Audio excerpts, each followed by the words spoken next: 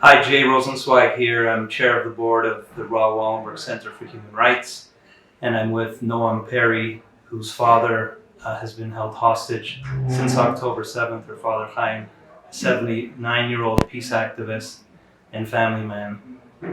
And it's really a privilege to be here. I met Noam in Washington, D.C., while the Raoul Wallenberg Center team and I were advocating with her to free both her father and the hostages. If we could, I'd like to humanize, if you will, your father and you and your family, and understand if you could get whatever you're comfortable sharing about your family background, what you do professionally. I know this has really taken over a lot of your life, and your father's background as well.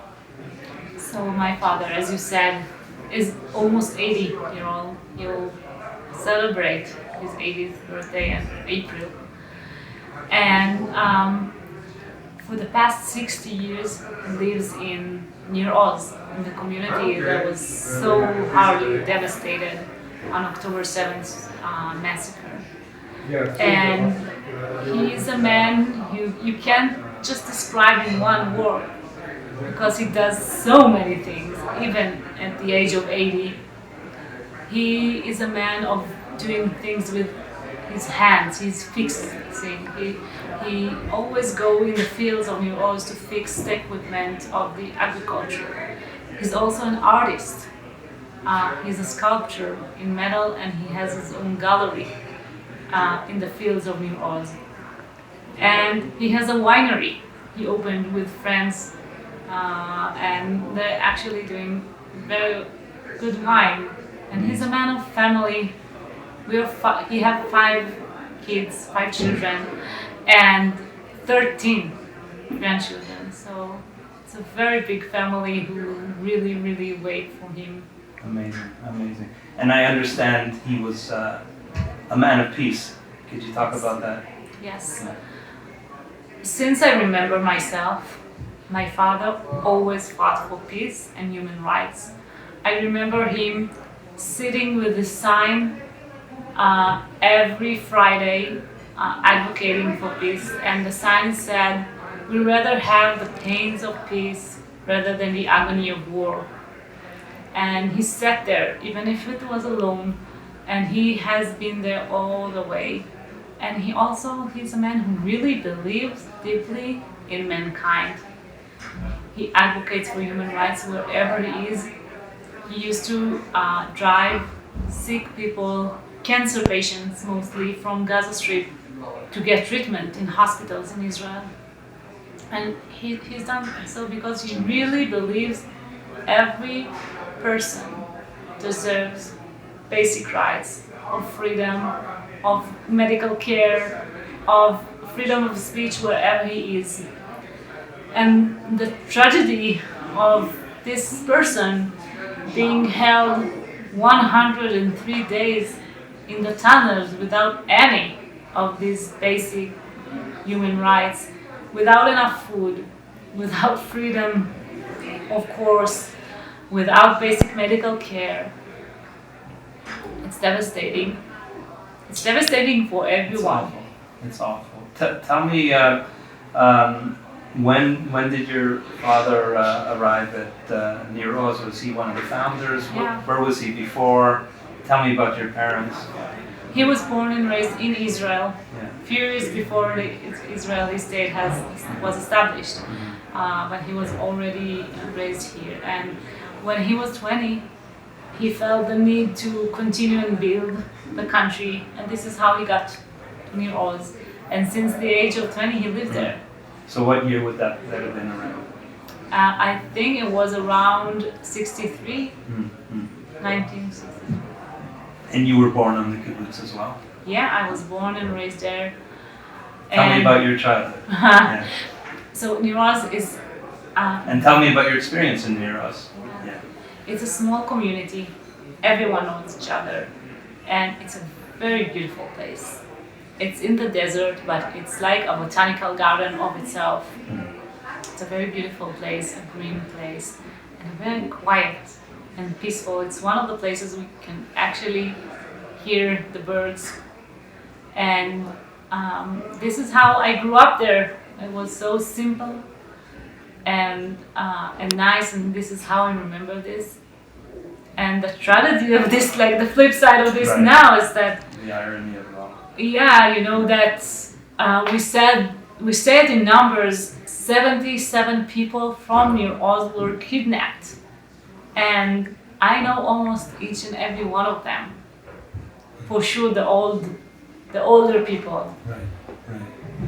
They're either like my friends or parents of my friends, or it's a very close community, and I know almost each and every one.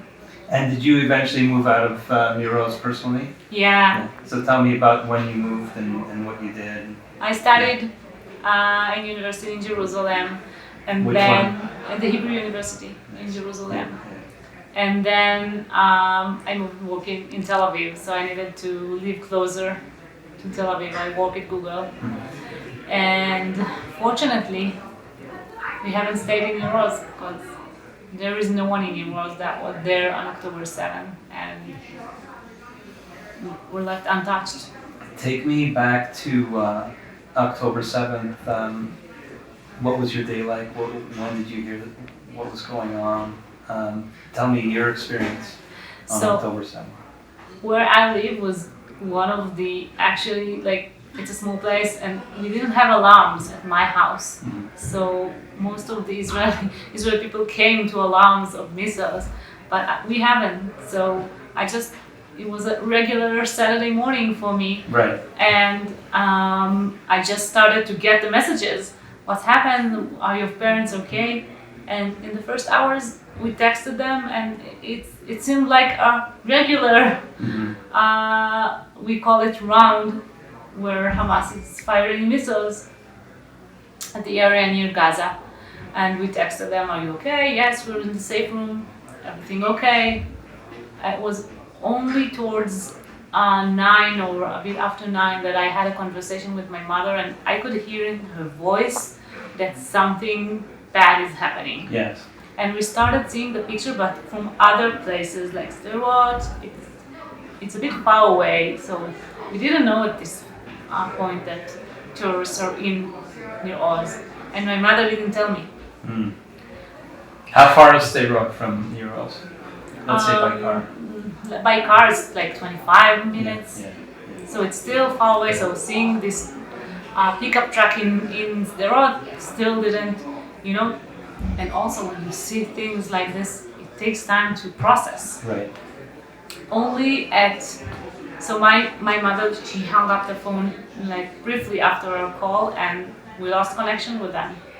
And we started like saying between of the family that we lost connection with everyone in New Oz, and I was obviously very worried.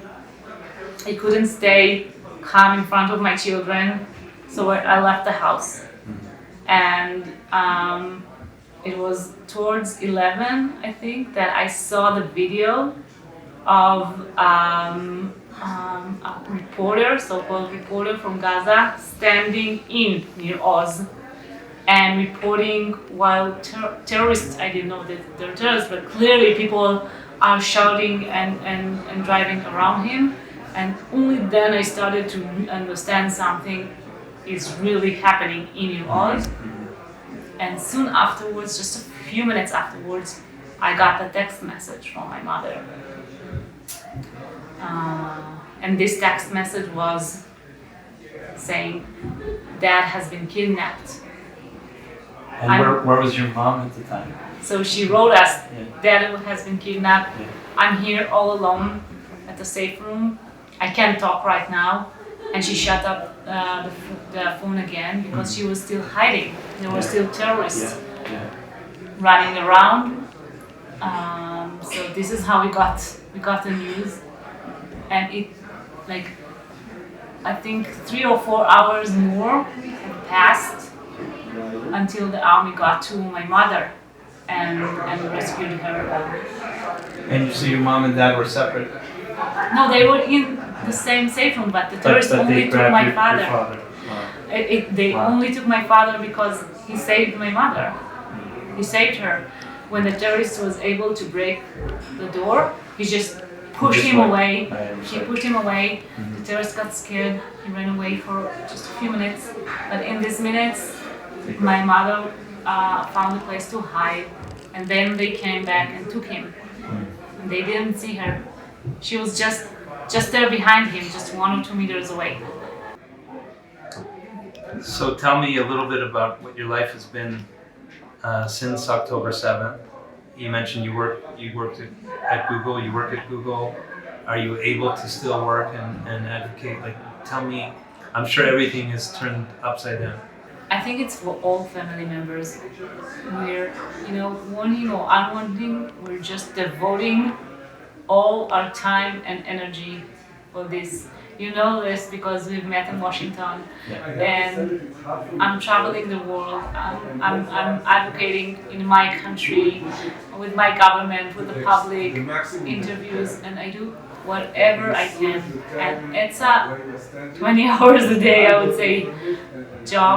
And we're here in Davos, which I forget if we mentioned yet. So really, wherever you can be to advocate, you're there. Yeah, we felt it's important to be here 100%. and tell the leaders of this world that this horrible thing that happened on October 7th is still happening. This is still happening as long as my father and 136 people are still there. And we know now, we have testimonies, we know that they're kept in horrible conditions. Not that it's matter, right? It's not okay to hold even one person for 1 day, even in good conditions. Right. But we know. But it makes it all the worse. Yes. Yeah. It makes it worse and it makes it urgent. Yeah. What's your point of view on an understanding of what Red Cross has been doing, if anything? So, I came to learn that first, Red Cross does not really have any lever on Hamas. They need to get permission from them. And the second thing I learned is that we don't really know all they do. And of course, we always expect them, like we expect everyone in the world, let alone organizations that human rights and treating humans are in the core of their mission.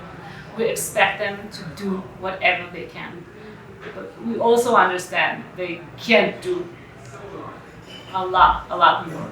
And we're hoping now that the direct agreement with Qatar will bring medications into Gaza. Right. But tell you the truth, after 103 days, it's more than urgent. we just need to get them out. We need to get them out. We just need to get them out. I remember when we were together in Washington, you mentioning you really weren't getting much information. Talk about the world doing as much as they can, and that includes the Israeli government. You really weren't getting that much information, and it turned out that one of the women who were released ended up reaching out to you to let you know that that she saw your father in the tunnels. Yeah, some of them since. Yeah. Some of the women that were released were literally with my father in the tunnels, so we got testimonials from them. We know that, like for back then, it was almost 50 days ago. Yes. He was alive. Yes. We also know about the conditions that they have there, Yes. which it makes us happy and worried together. Tell me about that a little bit more. So they're kept in tunnels. We know the air is scarce. It's hard to breathe, and it's also makes it hard for wounds to heal, and it makes everything harder. We know the food is scarce and they eat, and also we know it now. Probably as situation get worse, so obviously the food supply gets worse as well, and we know they're in real despair. what else can the world do? Because I feel like the maximum isn't being done. What else could we do? There's a lot of talk and there's a lot of words. There are some actions, but what else? What else can be done? What can the average citizen even do to help influence the situation in the most positive way? I think I can tell it like three ways. Sure. First, as a citizen, just learn the facts, engage in it, understand. It's hugely Don't be Yes. you know, don't be confused of things that are in the media. Really understand what happens. Understand that this is a humanitarian issue. Right. Right. No one can argue that dragging my 80-year-old father from his bedroom and keeping him in the tunnel is anything else than just a crime, a humanitarian crime. So I would add to that first yeah. point that on the point of educating oneself, I think it's also important for those who do have the understanding and the knowledge of what's happening to really bring that proactively Exactly. to as This many is my people, second to point. as many people as Once you possible. understand, Yeah. speak up. Right. Speak up wherever you are. If it's in your university, your organization, speak up. Help spread the story. Help it remain top of awareness to the world. And the third would be really think how you can act on it. And it's different from person to person, but think who you can pick up the phone and call. Mm-hmm. Is it your Congress member? Is it your, again, if you're a leader in some organization, do you have any connections? Do you have any connections to countries in the Middle East?